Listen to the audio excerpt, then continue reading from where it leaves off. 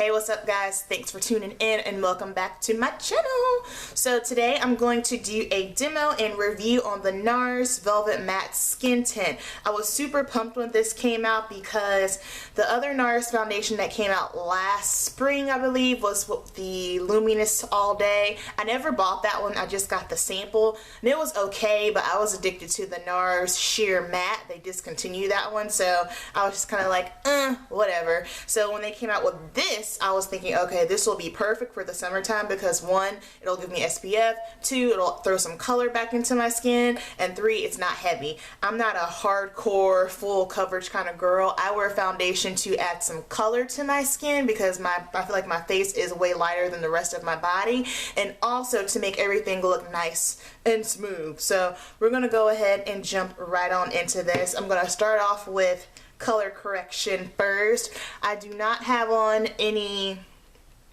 on my face. I've done my eye makeup already, and actually pause for the cause. I'm going to go ahead and use my L'Oreal Magic Perfecting Base first.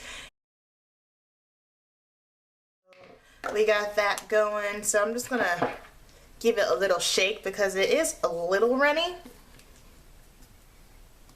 And my shade is medium dark 3. I was nervous about this because I know there is a shade that is, I think I saw online on the Nars. I have to double check. I feel like there is a shade that's deeper than this, but when I saw this one I was just like, I don't think this is going to match, but it blended right into my skin. So I'm going to squirt a little bit out here so you guys can see. I mean, no, I take that back. It's not runny.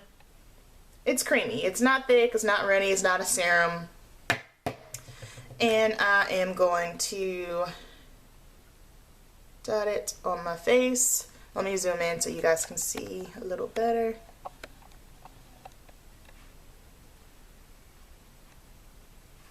And I like to do one section of my face at a time, so that way I don't have to worry about product drying up on me too fast.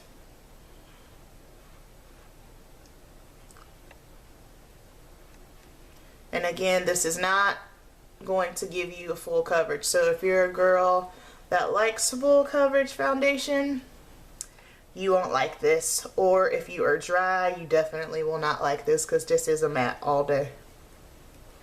I like that this also, the other day when I put this on, I didn't have any of my primer on, and I feel like it still, you know, shrank my pores. My pores weren't super large. This stayed on my face all day long. I went to the dog park, I ran errands, I did a bunch of things with this on, and it did not budge. It didn't oxidize. I thought it would oxidize, but it didn't. I don't know why I thought it would, but because my other Nars never did.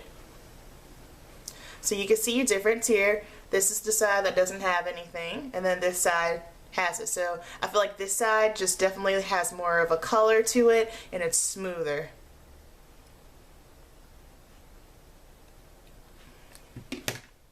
You could probably use a brush with this, but for my matte foundations, I like to use a beauty blender just simply because matte foundations, I feel, are going to give you a little bit of a stronger coverage. Not stronger coverage, I feel like it's easier to go cakey with a matte foundation, and with the sponge, the beauty blender is going to kind of shear it out a little bit. So that's why whenever I'm using the matte foundation, if I use the Maybelline Matte and Poreless or the MAC Match Master, I always use those with a beauty blender just to shear it out. I did not think that I would love the color of this, but I do. I love the color a lot. It's nice and warm. If you have yellow undertones, this will be good for you. I think the deeper one might be, I can't remember. I feel like there's a shade that's deeper than this. I look at so much makeup online, I can hardly keep it together. Now my forehead here, my forehead for some reason is darker than the rest of my body. So I'll probably have to put some bronzer on just to make sure that's blended and I don't have that crazy line here. In fact, let me just do this just to blend it up a little bit.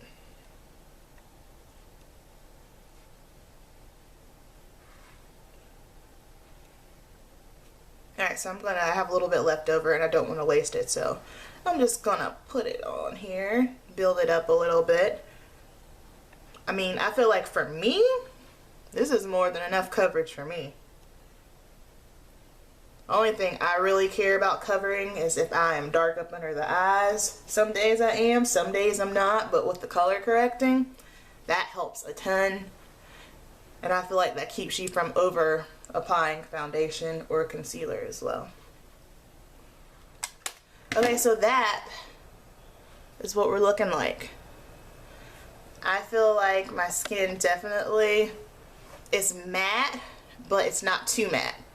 Because I'm in this kind of crossroads these days where I don't mind my matte foundations, however I don't want to look like super sucked and dry. Summertime, I'm all for it, but when it's colder outside, I don't really care for it. But I feel like I can still have my natural oils are going to push through. I'm going to set it with powder, and I'm pretty sure once I do that throughout the day at work, it'll push through. And I don't care what they tell you. If you're naturally oily skin, your oil is going to push through and you're going to have to blot. There's just no way around it. I feel like there is no foundation, no primer, no nothing that is going to completely stop your oil from pushing through. And also, you don't want that. If you're oily, it's a good thing because that means you're going to have less fine lines and less wrinkles. So don't try to suck yourself too dry.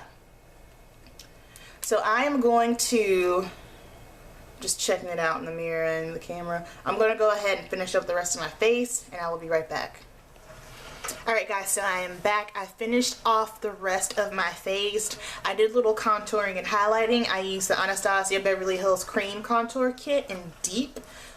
And I have my review and demo on this as well. That'll be coming up soon.